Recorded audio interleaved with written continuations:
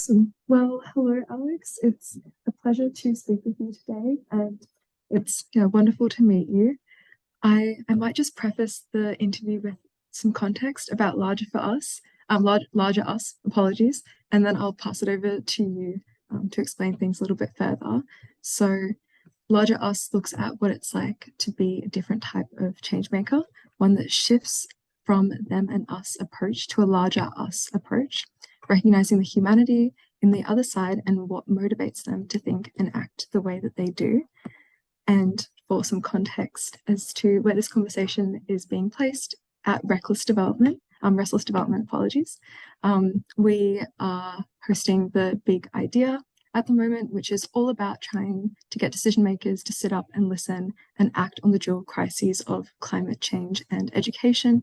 And the series is building on experts and change makers, which are already out there and leading in these areas and bringing together young people to cultivate innovative ideas as to how to manage and navigate these tricky topics. And so having your perspective, looking at how we look at, as you mentioned, kind of the psychology behind navigating these things, as well as the politics and the bureaucracy, I think it'd be wonderful to hear how you think that we can integrate these ideas and this vision and message in this campaign, but also broadly as young people, how to approach these change-making behaviors with this mentality in mind, because it's something which I believe is so important. I think a lot of young people would really value from your perspective and understanding the work behind the vision of larger us. So I might pass it over to you to give a bit of a broader, far more well-informed description as to what larger us is about and your vision. Sure. Thanks so much, Daniella. It's lovely to be with you. So, I mean, the story of larger us, I guess, really began for me when I was working as a campaign director at an organization called Avaz, which is a kind of huge global online citizens movement, works on all different issues. So one week I'd be campaigning on global tax havens. The next week I might be campaigning on the war in Yemen. But the single issue I spent most time working on at Avaz was Brexit here in the UK, which was, of course, an incredibly polarized issue. So much so, I mean, when I was working on it, it came to seem less like a normal political disagreement and more like almost like a septic wound in our politics.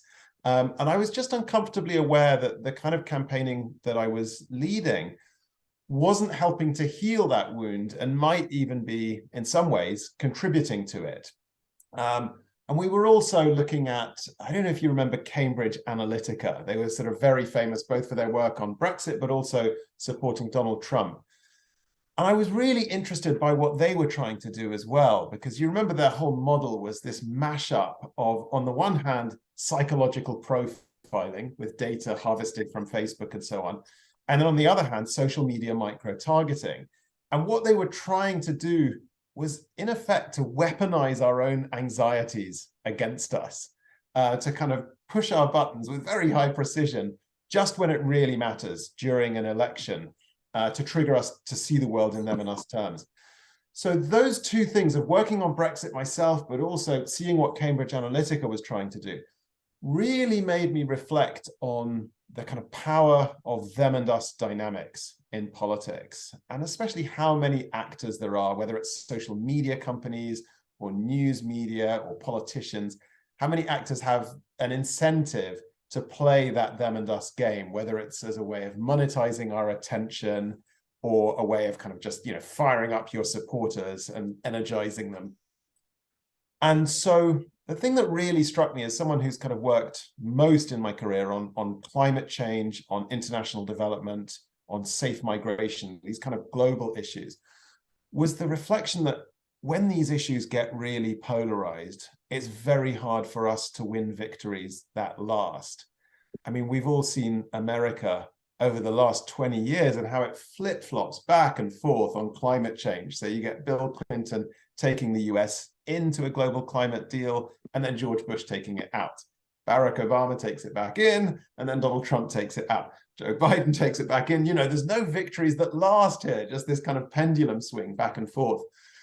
So I guess really what Larger Us is about at its core is what would be a kind of change making that rather than contributing to these them and us dynamics, does the opposite, kind of builds a larger us, partly by expanding our circles of compassion so that we're not just thinking at election time about people like me or just our friends or families, but a much wider circle of compassion that includes, everybody in our communities or everybody in our countries, or indeed all 8 billion of us and other species too. So it's partly about that, but it's also about the political work of just building broader coalitions, because if all we're doing in our campaigning is firing up people who already basically think like we do, I mean, it's great to energize our supporters, but we're not building a kind of really broad coalition that can win victories that last. We're sliding back into that vulnerability to those back and forth pendulum swings. So the question right at the heart of our work is, how could we get good at building bridges that can win people over from across the political spectrum, even people with very different values or different political priorities? How can we, kind of win them over and be good at persuading people? And as you said in your intro, psychology is right at the heart of how we try and do that. I think that the work that you do is really incredible and very prevalent at the moment. I think having had that personal experience dealing with the Brexit situation and Cambridge Analytica as well just substantiates the necessity of it. And something that stood out to me about what you were saying was being in those echo chambers as well. I think it's something that I also face and have to be conscious of. Because often you realize that it's the case when something's really jarring. Oh, I didn't realize people thought like that. I was wondering how you advise people to connect with people outside of those groups and become aware, especially when other people potentially outside of your way of thinking may not be receptive to that occurring. Yeah. So you're so right about the echo chambers. I mean, obviously, we're all, I think, a little bit aware of how that's true in our online lives. I mean, social media is so good at clustering us with people who see the world just like we do. But one of the things that fascinates me is that the same thing has been happening offline too in recent decades. Sociologists sometimes call this the big sort. And it's this huge sociological trend in so many different countries that means that now more than ever before, we're likely to study with and befriend and work with and even date and marry people whose backgrounds and outlooks are so similar to our own. And so exactly as you said, it means that when we meet someone who sees the world completely differently, it can come as quite a shock. It's something we can experience as threatening, because we're just not used to kind of encountering the other, if you like. And in our kind of training programs, there's a couple of things that we explore as ways of bridging some of those divides. Part of this work starts inside our own minds. And I'm thinking here of psychological approaches like perspective taking, which is where we make a point of deliberately putting ourselves in other people's shoes, or trying to sort of imagine the world through their eyes, and imagine what lived experiences, for example, might have led them to have the views that they have. So that's one part of it. But even more fundamentally, we're really interested in what are the forms of encounter, if you like, that can build kind of common ground and help us to kind of, understand people and ultimately to persuade them on the issues that we work on. So, for example, one campaigning approach that we talk about lots on our programs is this amazing technique called deep canvassing, which was developed by LGBTQ campaigners in California initially. And you'll know that traditional canvassing at election time is basically where you identify people who you think are likely to vote for your party, and then you make sure they turn out and vote on election day. And deep canvassing tips all of that on its head. You identify people who you think are going to disagree with you, and then you have these kind of curious conversations with them that give them space to change their minds on the issue. And campaigners in the US have found that this was very effective on building support for equal marriage, where there was obviously this enormous values shift, one of the fastest, biggest values shifts the US has ever seen. and also on trans rights more recently. And the way deep canvassing works is that when you are talking across these lines of difference, you're not having an argument, you're not calling them out, you're not besieging them with facts, but you start by just being curious, showing respect, asking open-ended questions, listening a lot to what you get back. And then you find a kind of some emotional common ground. And then you come back to the original issue. And often it turns out that people are willing to look at their opinions about an issue in different light because you've found that emotional common ground.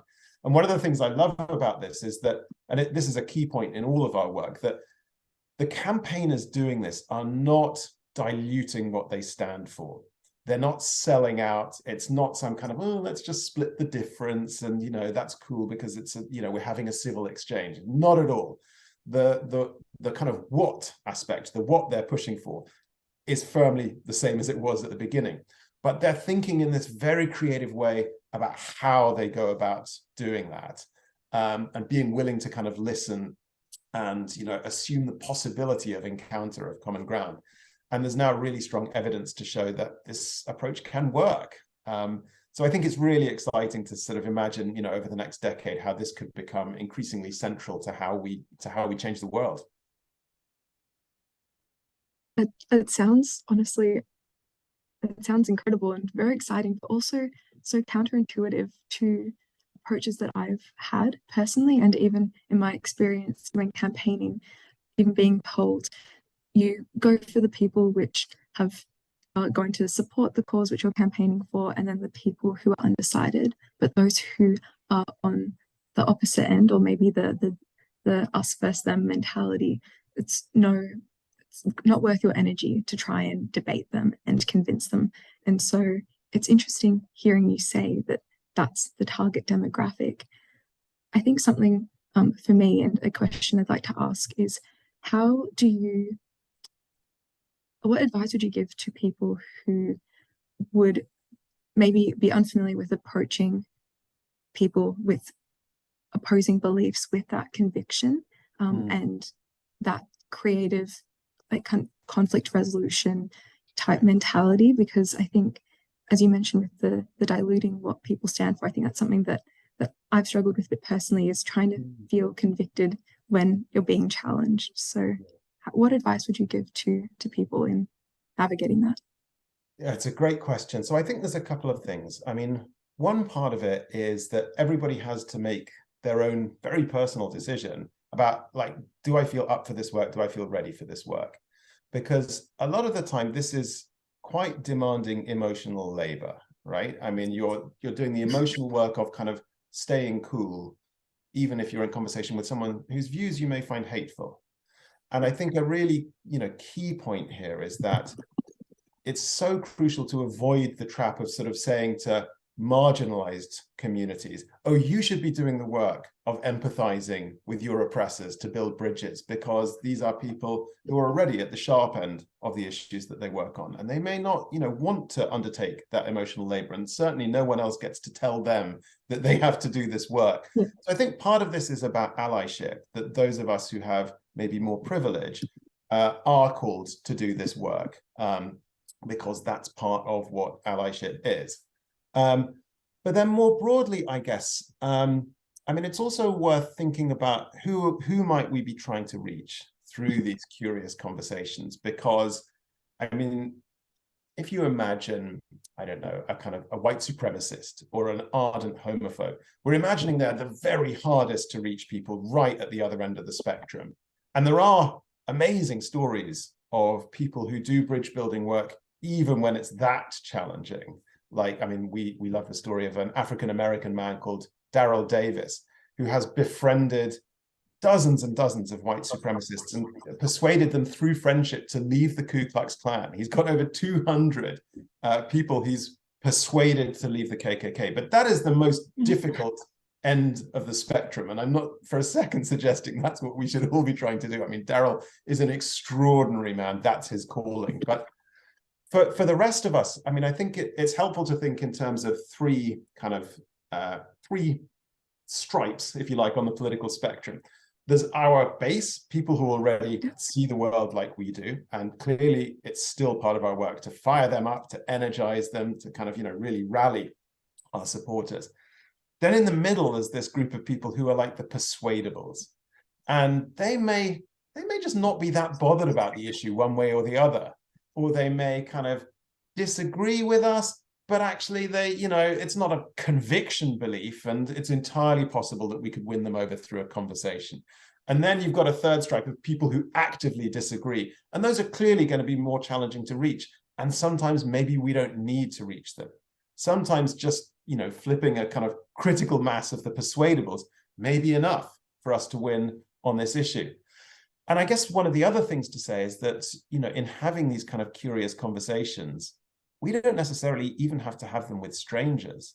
I think some of the most impactful conversations we may have can be with our own friends or family or neighbors or colleagues, because there's really interesting evidence from the school strikers on climate change that some of the biggest impacts they had were at their own families' dinner tables, particularly with kind of conservative parents.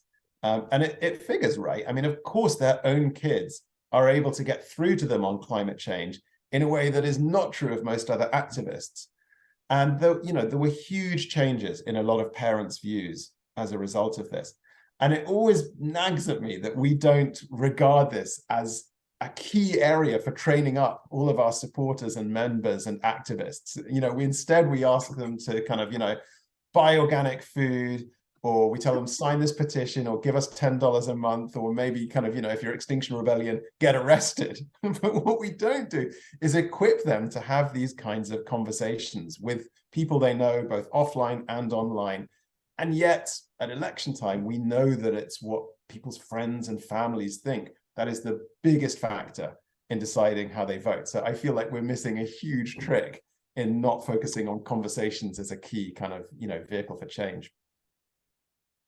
I absolutely agree. I was part of the Australian Conservation Foundation's campaign, which aimed to have 1 million conversations around the election about climate change. And I think that really grew my personal knowledge and enthusiasm around the power of storytelling and connection to make change. And really, it was so personally gratifying, and it was really quite amazing the stories that came from it and the impact that it had. I was wondering, when those conversations and ability to persuade involves positions of power, say like power and balance, say in our case with the big idea, young people advocating with and against big, larger decision makers who may have opposing beliefs. How do you navigate those power dynamics on top of the differencing in opinion? Yeah, it's another great question. I mean, I think that you're absolutely right that any kind of approach to this has to start from understanding the power dynamics.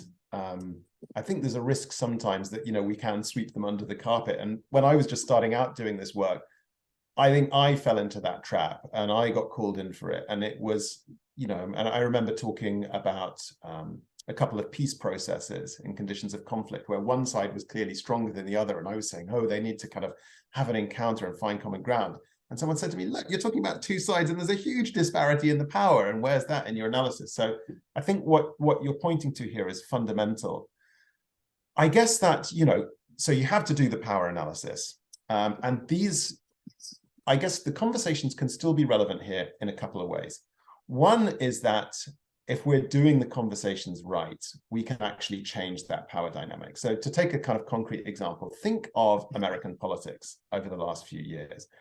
And imagine, take a really charged issue like Donald Trump's policy of separating children from their parents at the border and, sometimes imprisoning them. So clearly this is a sort of, urgent issue of justice. And none of us as progressive campaigners would be interested in some, let's split the difference or kind of, find kind of common ground in a way that doesn't solve this problem. But equally, we're never going to have that kind of courageous conversation with Donald Trump. We're never going to win him over. So, but if we can have those conversations with enough of his supporters, then potentially we can change the politics around this. And there've been some really, impressive examples of that. You look at US campaigning organizations like Dream Corps, for example.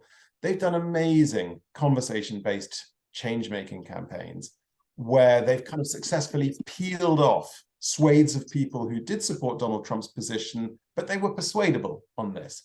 And then they were able to sort of change the political balance. So I think one part of it is, even when we can't reach the kind of elite decision makers, whether those are politicians or CEOs or whoever, we may be able to kind of change the political calculus of support for them. But then the other part of it is that I think sometimes the power of encounter can even change, how those elite decision makers approach an issue. And an example here in the UK that I find very powerful comes from a campaigning group called We Belong, who are, it's a kind of campaigning group that was set up by young people who arrived in the UK as refugees or as immigrants when they were children. And it was set up by them, and it's for that constituency as well. And they did a big campaign a few years back to try and reduce the amount of time that it takes for young people who arrived in the UK as kids before they can claim citizenship or indefinite leave to remain in the UK. And they had the situation of a very unjust system that might insist that these young people wait 10 years or more for their claims to be settled. And they faced a big kind of strategic decision. Did they want to go public and really shame the conservative legislators who had supported this very repressive system? Or did they want to try and win them over, where rather than shaming them publicly, they were having private conversations and trying to change their minds through the power of, as you referred to a moment ago, their kind of personal stories, their testimony, if you like. And they went for the second option, and it was hugely effective. They were able to change the minds of a significant number of conservative members of parliament, who then supported a change to those immigration rules, and they won their campaign. And it's worth saying, it's another example of where there was real emotional labor involved. In many cases, these were young people who were talking about personal stories of trauma and suffering. And so it was, for each of them to take a personal decision about, was that something they felt ready for, and what kind of self-care as well would they need to be able to kind of look after themselves and stay kind of together and centered despite having these kind of challenging conversations. But it worked incredibly well. So I think it shows that, these conversations can work even with elite policymakers that it might be so tempting to regard as just beyond the pale. We're never going to find common ground with these people. It can still work even there. I've really enjoyed all the examples that you've associated with everything that you've been bringing up. It really, I think, substantiates the efficacy in this approach and the power which it has. And it's just it's so hope inspiring to hear. And further, I think I really truly believe it's so important to look after yourself while and when looking after others too. So bringing up the emotional labor that these things do involve, and self-care. I was wondering how also you're talking about the working the system a little bit as well, and how we operate on this political cycle, and we have these power dynamics and systems. How do you suggest we work within these systems, kind of within these short political structures and these timelines which things are bound by? How do you suggest we navigate that? Yeah. Or use it to our advantage? Yeah, I hear you, because I think a lot of the time the institutional setup just makes life so much harder in kind of achieving the transformations that we need. And I think you've put your finger there on, a couple of aspects. One is that so often there's an inbuilt short-termism that politicians and media cycles and so on are focused at best on the next 4 or 5 years, rather than the kind of long-term approaches that we need. And so when you're looking at something like transition to clean energy and a stable climate, that is a decades-long transition. And the question of how do we sustain and deepen public support and the political space for those changes over that long a timescale, when no one in the media or in politics is talking on those timescales, is massive. And I think, you know, there's also the problem that the way democracy works means that it doesn't lead us towards deep, long-lasting consensus. I feel sometimes like elections are just like this snapshot of the state of division every 4 or 5 years. It's not doing anything to kind of, you know, take us seriously as citizens and equip us to have debates that actually lead somewhere. Instead, we just have these snapshots of disagreement.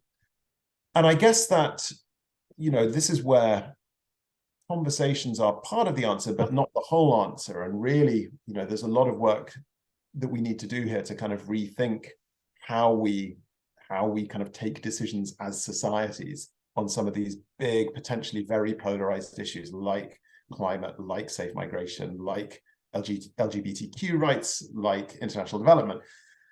And I guess, you know, those are all issues where, you know, there have been culture war dynamics in so many countries in recent years. And those culture war dynamics make our life much harder as progressive campaigners. And I guess, you know, to go back to another concrete example, a story that I take huge hope from is what happened in Ireland when they had a national referendum on abortion. Because, I mean, of course, here, you know, here in the UK where I'm sitting, we don't feel like referendums are that great for bringing people together, because we've had this experience of Brexit where the referendum was, you know, incredibly divisive, and those wounds still have yet to fully heal. So there was every possibility, I think, that in Ireland, that referendum could have gone the same way. And indeed, a lot of the kind of campaigners and political strategists working to oppose abortion were people who'd worked on the Leave campaign with Brexit, who were trying to replicate exactly the same playbook, you know, and the same playbook that Trump used in 2016. Like, you play up the fear and the outrage and the division, you try and create a culture war again, you know, just like Scott Morrison was trying to do in Australia's last election. And, you know, these are the conditions in which they flourish, right? And for us, if we're trying to do the opposite, we have to work really hard to do that. Because I sometimes think that, you know how it is on social media. If you want to get loads of likes or retweets, leading with fear and outrage is a great way to do it. You know, it gets very high virality. Whereas if you're trying to propagate messages about coming together, they can get virality too, but we have to work much harder. It's like, you know, the fear and outrage is like this sort of fast food. It's a sugar rush. Whereas the kind of, you know, bringing people together is like the wholesome vegan meal. I mean, it's nice, it's tasty, but you have to work harder to persuade people to want it. But I think that to go back to that abortion referendum in Ireland, it's so fascinating to see what happened there, because of course it didn't prove divisive in the way that the Brexit referendum did here. Instead, it brought the country together around a new consensus on the issues. And I think that, you know, there were a few lessons there that, I mean, there's a great article on the Guardian website by Fintan O'Toole, if anyone wants to look up the ins and outs of this. But I mean, what he says were the kind of lessons from this was, first, they did a citizens' jury. So they did a kind of really deep democracy kind of participatory exercise to get a sample of the country, put the facts in front of them, and, you know, treat citizens like grown-ups and let them kind of take a sophisticated decision. So they came up with a recommendation. That was a great first step. But then the question was, how do we take that decision and kind of socialize it, bring the rest of the country on board? And another one of his lessons was, you know, you've got to be upfront about the trade-offs. It's no use saying it's all win-win-win. I mean, there are real-world trade-offs, and you need to be upfront about those, because if you try and sweep them under the carpet, it's easy for your opponents in the media to call you out and say that, you know, you're not being completely upfront about the issue. But then beyond that, I think kind of, you know, having those conversations across difference is crucially important. And also, you know, you mentioned it yourself earlier on, to have the stories that go with that, because stories, I mean, I often think of how stories, collective stories, can easily become self-fulfilling prophecies. And, you know, particularly in conditions of kind of turbulence or crisis, the stories we reach for to kind of make sense of what's happening and where we're trying to get to can really easily become self-fulfilling prophecies. If those stories are stories of kind of collapse or fear or threat, and we all start to act accordingly, that's what our future is going to look like. But in Ireland, they managed to do the opposite. They were having these conversations with a really hopeful, empowering, empathetic story. And it turned out that lots of people who had been opponents of abortion were really ready to kind of come on board with a new approach. They were actually kind of just so pleased that someone was actually listening to them rather than just writing them off as these kind of dinosaurs. So, I mean, I take huge hope from that as, you know, an example of how you can use a kind of what I call a larger us approach, but obviously this wasn't something larger us did. This was, you know, an example out there in the world.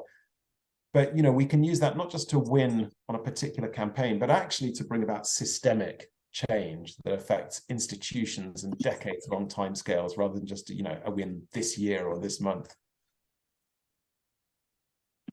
I guess just firstly on the referendum, having just share my own personal experience in Australia where we had a referendum on marriage equality, and that unfortunately proved divisive as well, especially when people are debating people's kind of rights of marriage. And it's great to see a positive example as to how a referendum has taken that larger approach. And also, as you mentioned, that being a part of systemic change, I think we often see actions and events in isolation and discount the fact that these are steps working towards the change that we want to see.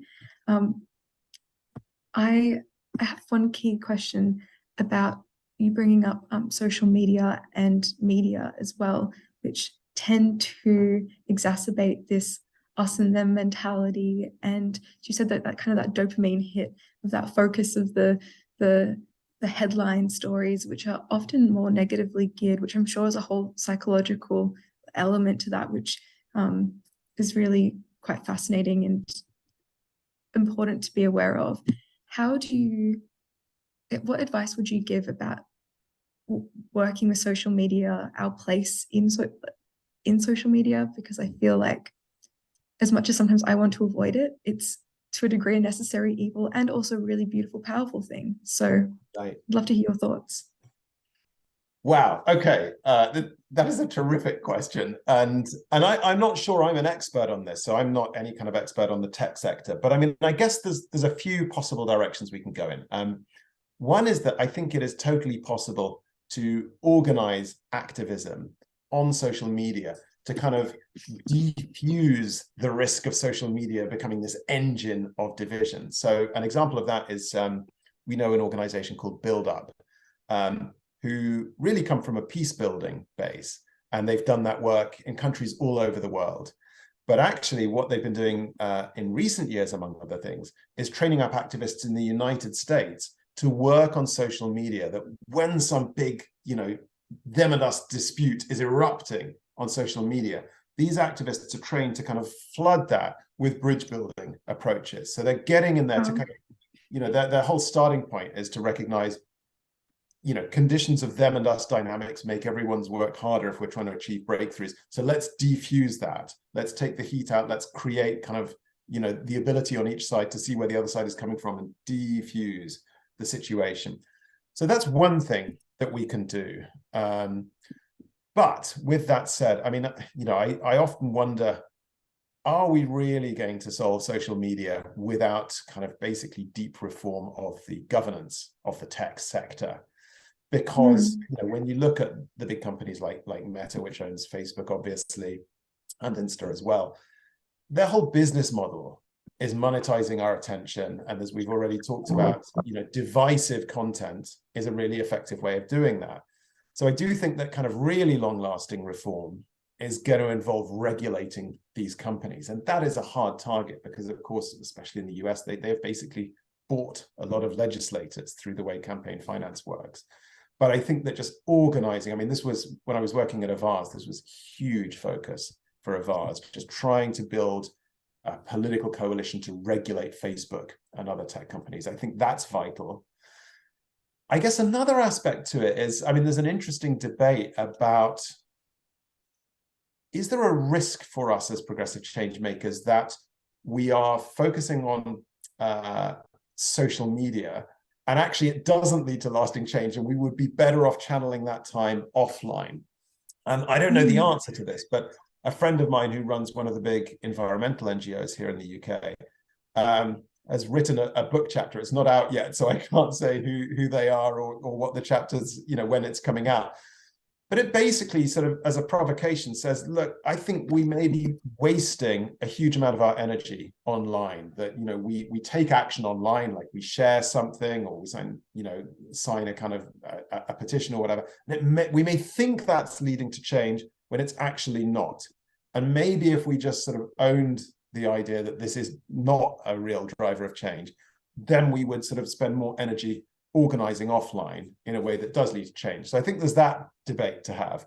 But lastly, sorry, long answer, but I think that, I also think it's possible to imagine a world, maybe with different content algorithms, where, as you say, the promise and the potential of social media gets realized, because it is such a powerful tool. And I remember, with the kind of, when we first started talking about Web 2.0, kind of 2005 to 2010, there was so much optimism then about, any individual had these turbocharged powers of organizing and bringing people together. And it seemed like it might be such a boon to the world. And then, of course, everything got more difficult and more gloomy in the ways that we all know. But I think that could still change. I mean, I was listening to Chuck D on the radio this morning, the kind of front man on Public Enemy, who's just done a documentary, A History of Hip Hop. And he was talking about kind of, smartphones and their power to connect, and how at the moment we so often use them as toys. But imagine if we use them as real tools for change. Mm-hmm. And his take was like, we had barely begun to bottom out the potential, if we were serious about it, to use these devices and the networks behind them as kind of drivers of positive change. So I think, you're right to point to the potential for a much more hopeful story than the one we've had over the last few years. That was such a wonderfully comprehensive response. And so many things I'd never really considered. And I really loved the example of the build-up group. It kind of, my analogy that came to my mind is like they're putting like a bit of a blanket on the fire and helping kind of control things. And I also, I didn't really think about the first thing about regulation as well. I think I often attribute regulation to things directly attributed to the environment and political spaces. But of course, we need to regulate our media and our social media. And I think, connecting people through the larger us approach and informing them about these things, and then pushing towards that larger overarching change is such a wonderful way to advocate and get there. I was wondering about tools that people could access, particularly young people, to enact some of the larger us approach in their activism and their everyday life. Yeah, I mean, we suggest in our trainings that there are kind of 4 capacities that all of us as change makers can apply at 3 levels: in our own lives, in terms of kind of self-care, in our relationships, whether those with our friends and family or at work or wherever, and then finally at the kind of level of changing the world. And the 4 capacities that we talk about are diffusing, belonging, bridging, and navigating. And just to say a quick word about each of those. So diffusing is all about how we respond to things that we perceive as threatening. And the real question here is, like, when we perceive a threat, do we go straight into that kind of fight, flight, freeze response, that automatic defensive crouch, when we get immediately like less empathetic, more selfish, less good at telling the difference between what's real and what's hypothetical or a conspiracy theory, just much less good at decision making? Or do we have the kind of presence of mind to be able to choose how to respond to things that we perceive as threatening, to kind of be conscious rather than unconscious about it? And that applies certainly at the individual level, but also in our campaigning, right? I mean, there's a question for all of us as change makers about when we communicate with our supporters or our audiences, what emotional state are we inviting them into? Are we trying to trigger them with outrage or trauma or fear? Or are we kind of taking them into a kind of mindful power kind of state, if you like? So I think that's one aspect of it. And we, in our trainings, we link to kind of lots of resources, because this is stuff you can practice and get good at, how to defuse your own mind, how to help other people defuse theirs. So that's one. Belonging is really, the context for this is obviously we're living through like this epidemic of loneliness, and so many people feeling disconnected or like they're not valued. And the risk with that is when we feel disconnected, it's very well established, we are more at risk of extremism. So you look at white supremacists, or you look at mass shooters, when there's one of those events in the US, it's always a lonely man, almost invariably. And when you look at extremist networks like the Proud Boys, what they're offering is this kind of warped form of belonging, because that's what their supporters desperately want.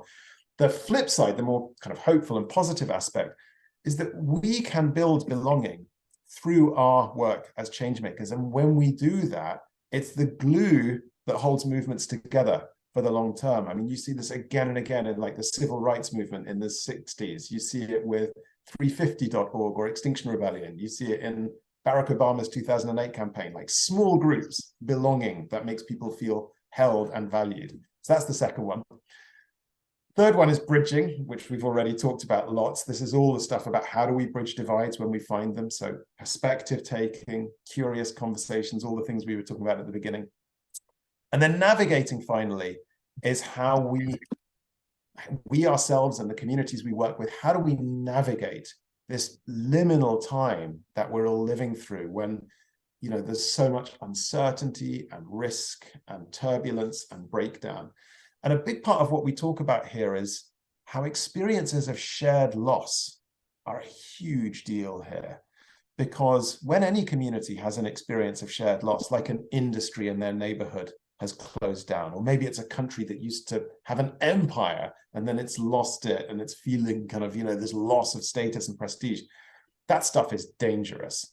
It is so easy for a manipulative politician to use that to create grievance. Look at Trump and Make America Great Again. Look at Putin and the invasion of Ukraine. He fed off that sense of loss that so many Russians feel. And we talk about the idea that, if we want to avoid grievance being the thing that comes out of shared loss, the alternative is healthy grieving. And that actually, what if part of our role as change makers was sometimes to help hold space for experiences of collective grief? And when you look at things like climate change, we are all going to be living through decades of shared loss.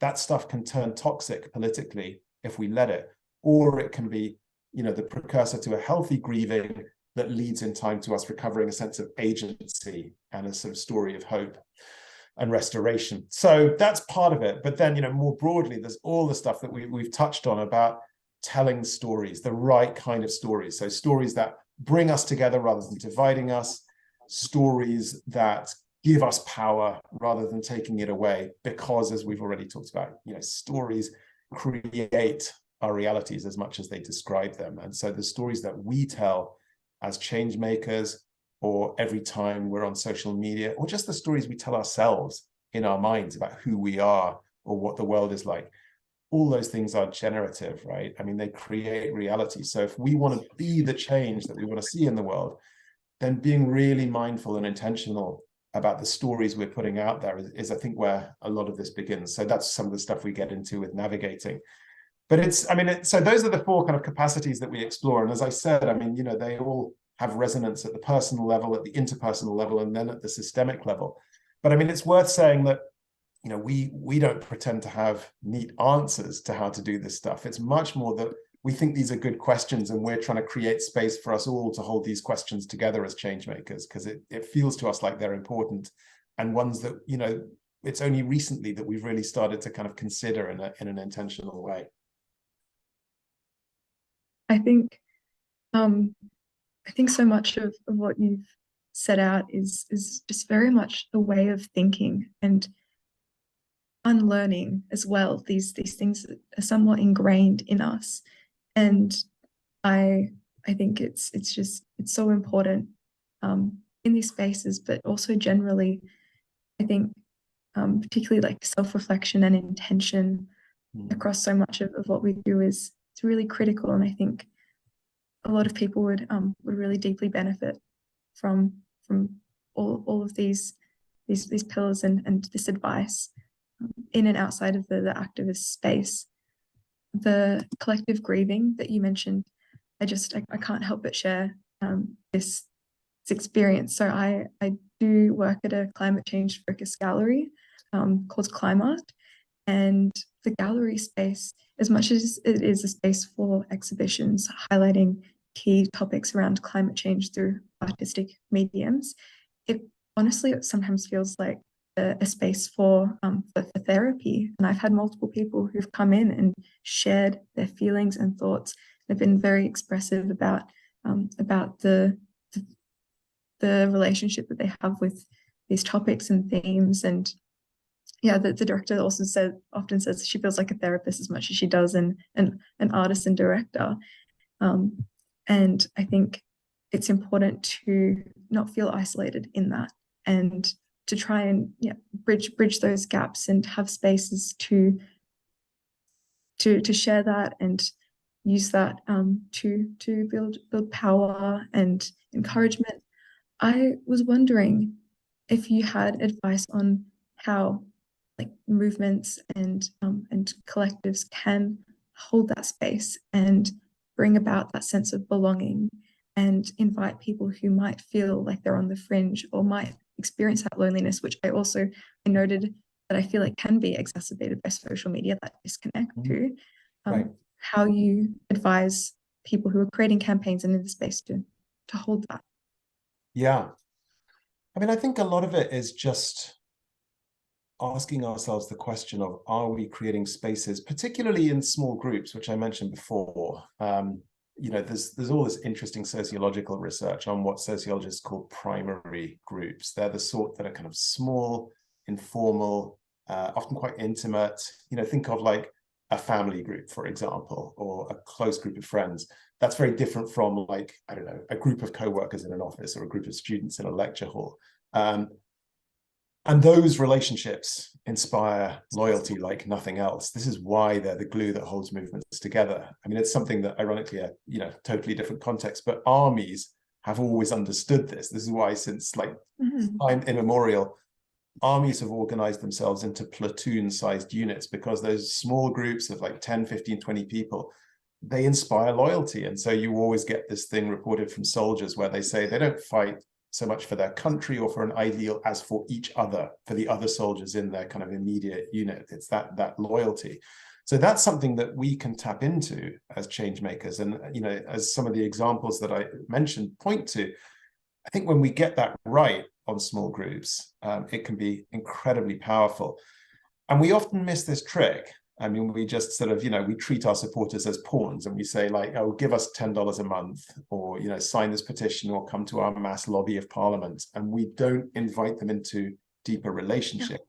And we're missing something that could be so transformational. I think the other thing worth saying about small groups is that, I mean, at Larger Us, we're super excited about small groups that do a mixture of inner and outer work at the same time.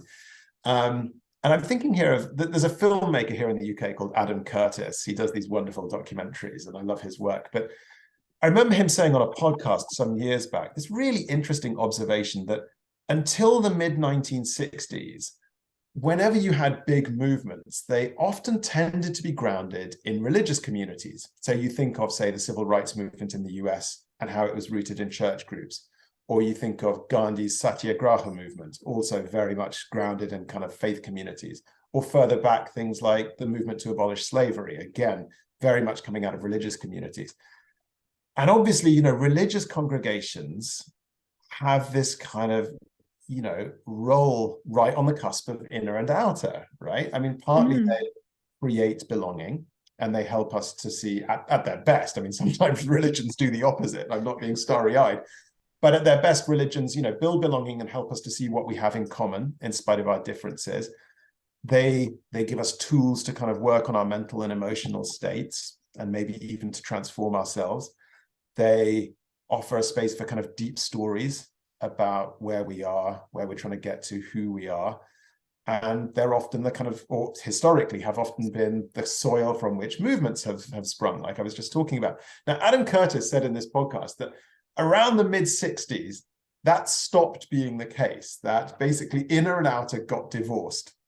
And so you have 50 years since then of amazing innovation in inner practice. So think of the huge strides that have been in like therapy, in mindfulness, in kind of psychiatric treatment, in psychedelics, in yoga, in Eastern philosophy, you know, all of this stuff that has been such a force culturally, but not always linked up to a sense of kind of social purpose. And so sometimes you get the kind of charge made that it can be a little bit narcissistic and focused on saving yourself and ignoring the world. And then meanwhile, on the other side, there's all this sort of, you know, 50 years of amazing innovation on outer stuff. Think of all of the incredible innovations we've seen in activism, but not always grounded in the inner work. And so it can be, you know, kind of, we're all very familiar with the problem of burnout among activists, which arises from not doing that inner work. Or think of how many organizations in the non-profit sector have really toxic cultures. I mean, this is a huge problem, as we all know. Or think of how readily we other our opponents and cast them as the enemy in our minds. And I think these are all examples of things where we do the outer work and not the inner. So one of the things we're deeply curious and passionate about at Larger Us is, what if we're now at a time where those two rivers are ready to flow back together, and we're ready to start doing inner and outer work together again? Because small groups are amazing for inner work. Think of what happens at, I don't know, an Alcoholics Anonymous group. There is deep transformation happening there, deep shared inner work. But then similarly, small groups are brilliant for outer work because, you know, they can be the building blocks that form movements. So why don't we do those two together? And in our courses, we talk about this as like the religion-shaped whole, that, you know, historically religions did the stuff at the cusp of inner and outer.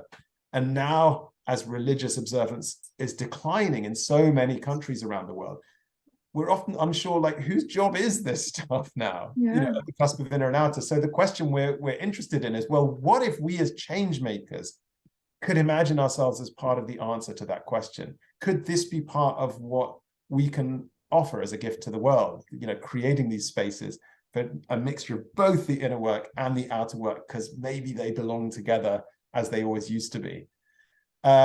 So yeah, I mean, I guess that's some of how we think about this kind of challenge of building up belonging. But the one other thing I'll say is that the work of building belonging really starts in ourselves. I mean, when you think of, you know, kind of Buddhist meditation practice, like the practice of loving kindness, metta bhavana, it starts with focusing compassion on yourself. And only when you've spent some time doing that does it focus on expanding compassion to kind of other people around you, including ultimately people you may find difficult. It's like RuPaul says, you know, how in the hell are you going to love anybody else if you don't love your own self? And so, you know, we talk a lot in our trainings about this starts with self-compassion. And oftentimes, especially those of us who are change makers, who maybe kind of take the weight of the world on our shoulders a lot, just remembering to be gentle and kind with ourselves is where all of this begins, if we're serious about being the change that we want to see in the world. I totally agree. And I feel to an extent the pandemic allowed for people to kind of have time to sit with themselves and maybe more receptive, or have had the opportunity to start to reflect on this and have these the notion of further self-compassion, which, I mean, harnessing something so like that out of such an awful situation, I guess is something which can be utilized moving forward. And I also really liked the framing of these inner and outer groups. I'd never really thought of it like that. And I very much agree, outside the church spaces and those religious groups, like identifying those spaces in Western society at least aren't so apparent, especially unless you actively seek out a sporting group or a group you happen to be part of. I think it's Western society is very individualistic and not so community oriented, and it's I think it's something which is really like I've personally kind of longed for, that like community village environment I think it's really, really powerful. I I just want to say, me too. I mean, I long for yeah. that too, big time. And it's so weird how in Western societies, when we think mental health, we go straight to individual. It's like either here's an individual prescription for some medication, or here's some individual one-to-one therapy with a therapist. Yeah. And like, why don't we do this together? I mean, we feel good when we're together, and yet this just barely figures in how we think about, keeping ourselves well mentally. So I absolutely feel like the kind of lack of those groups. I think part of the reason I work on this is because I want this in my own life. Yeah. Yeah. Actually, something that came to my mind when you were speaking about like AA and groups like that have such like efficacy from them.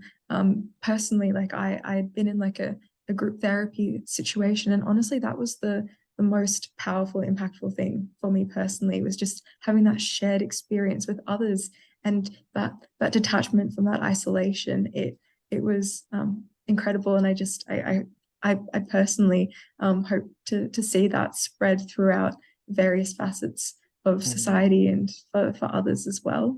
Um, I One thing I had noted as well was right. Oh, yes, future endeavors which larger us are pursuing, and what does the future hold for you, what you see going forward for larger us, which I may say, having begun larger us from the impetus of the Brexit situation, and having established this base like from that time, I think is really, really incredible. It seems like so much has been established and like and connected and learnt from. So yeah, just I think a lot's been done so far. But That's what do really you see lovely in the to hear. future? Thanks. I mean, honestly, I don't know. I should probably be like, I should have better answers to this question. I mean, what we've focused on so far is, I guess, three things. One is kind of research and building up the ideas and trying to kind of communicate them. And so we have, for example, on our website, a guide for change makers, which came out last summer, which is a sort of distillation of like lots of the examples that we've talked about in this conversation are explored and unpacked in that.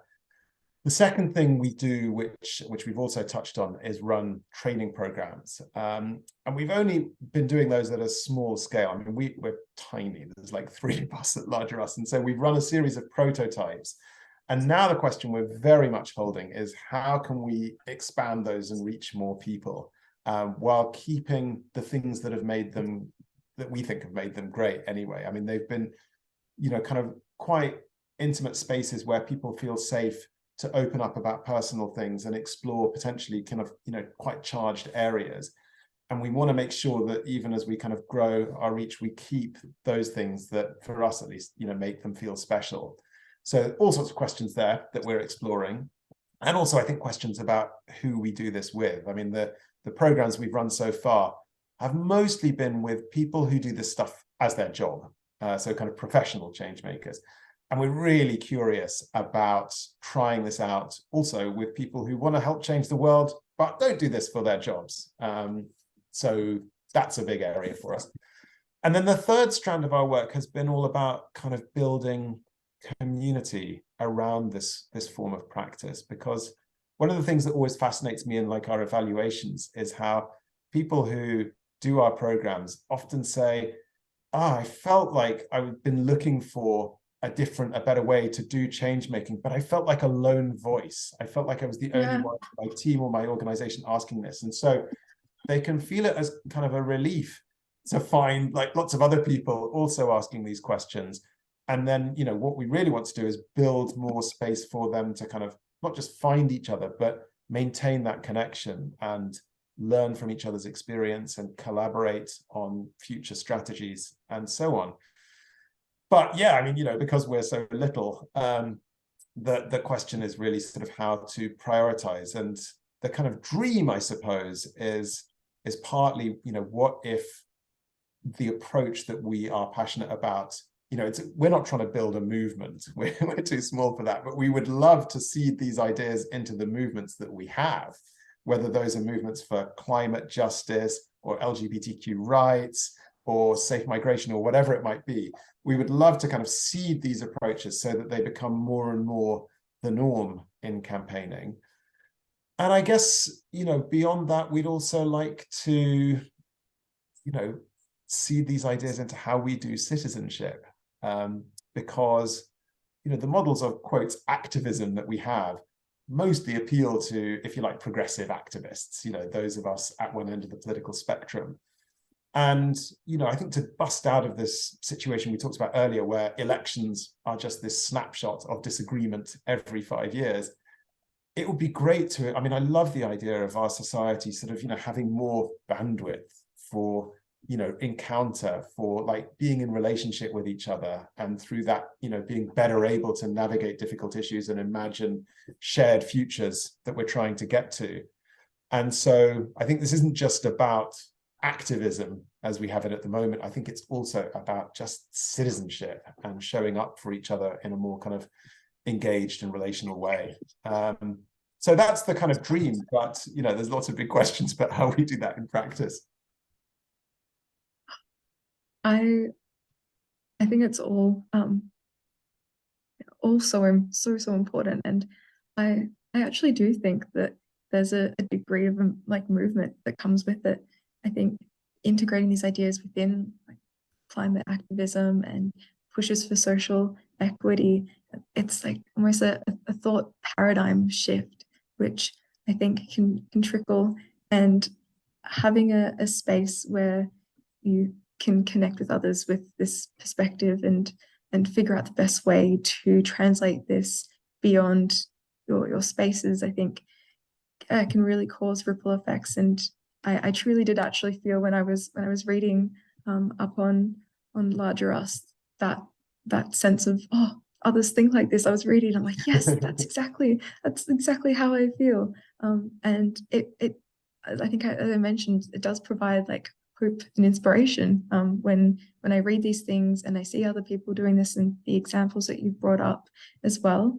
And it's wonderful that you're fostering a community of people who, yeah, can share this. And as well, while you mentioned workshopping the best way to enact this, also then taking those lessons and learning to others and then sharing it. And this is the best way that we found worked here. And then again, it's yeah, I think it's such a great model for real widespread change in thought, and also that personal power, like outside activism, just as general citizens.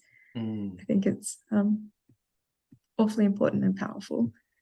I guess maybe to wrap things up as well, just connecting back to the big idea and how young people can enact this this way of thought in activism and thinking innovatively and approaching things that they want to see. Do you have kind of one, like a piece of advice that you would give going into the big idea, but also just general ways of being an activist as a young person?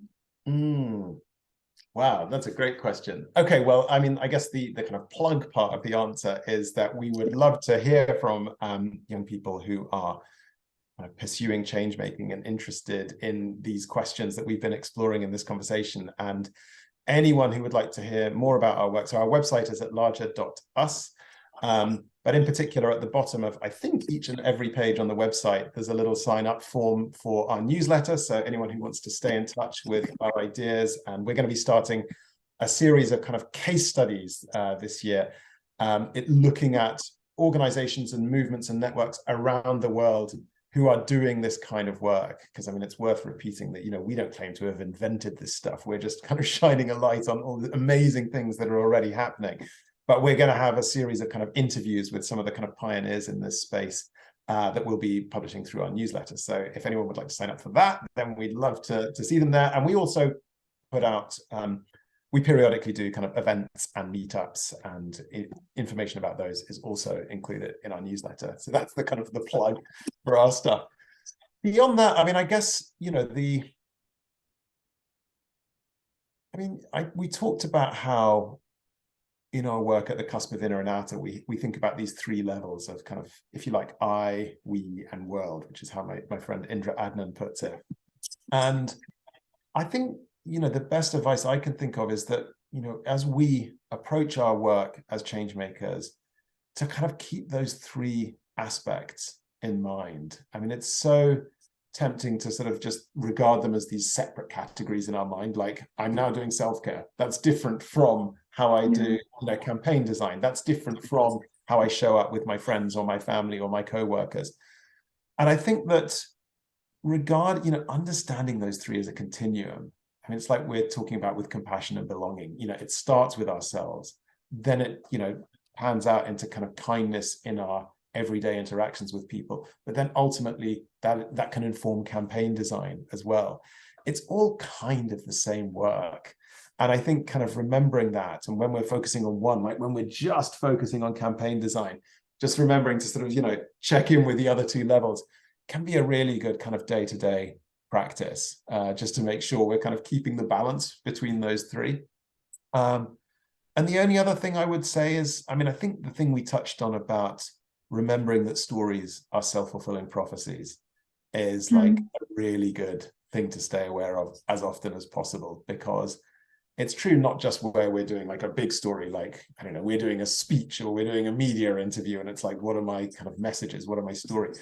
But also, like, every time we share on social media, every time we have a conversation with our friends in a cafe, every time we have like a thought process inside ourselves, and we have choices about the stories that we use to make sense of the world and the stories that we put out there, and choosing wisely in those everyday little moments where we have a choice about which story to use. That, more than anything else, is what creates our future. So just sort of asking, is this a story that empowers or does the opposite? Is this a story that brings together or does the opposite? Is this a story that inspires hope or does the opposite? That is a good day-to-day practice for sure. It's such inspiring advice. And I think one thing that really consolidated things for me was just the identification of how everything is interconnected.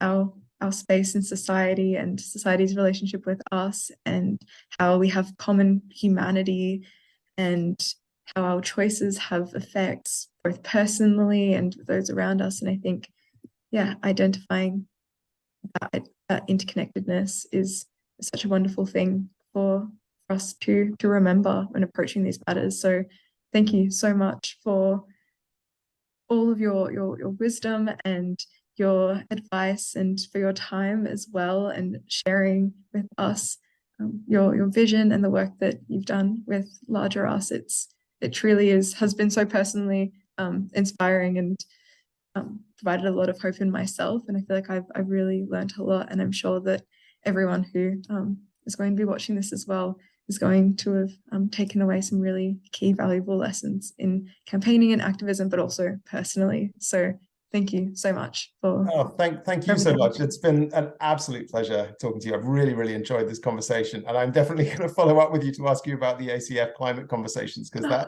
that is fascinating, and I've already written down like this could be one of our case studies. So I would love to follow up with you about that. Great, absolutely. I'm more than happy to do that. Wonderful. Well, thank you so much again for the invitation. This has been really lovely. Likewise.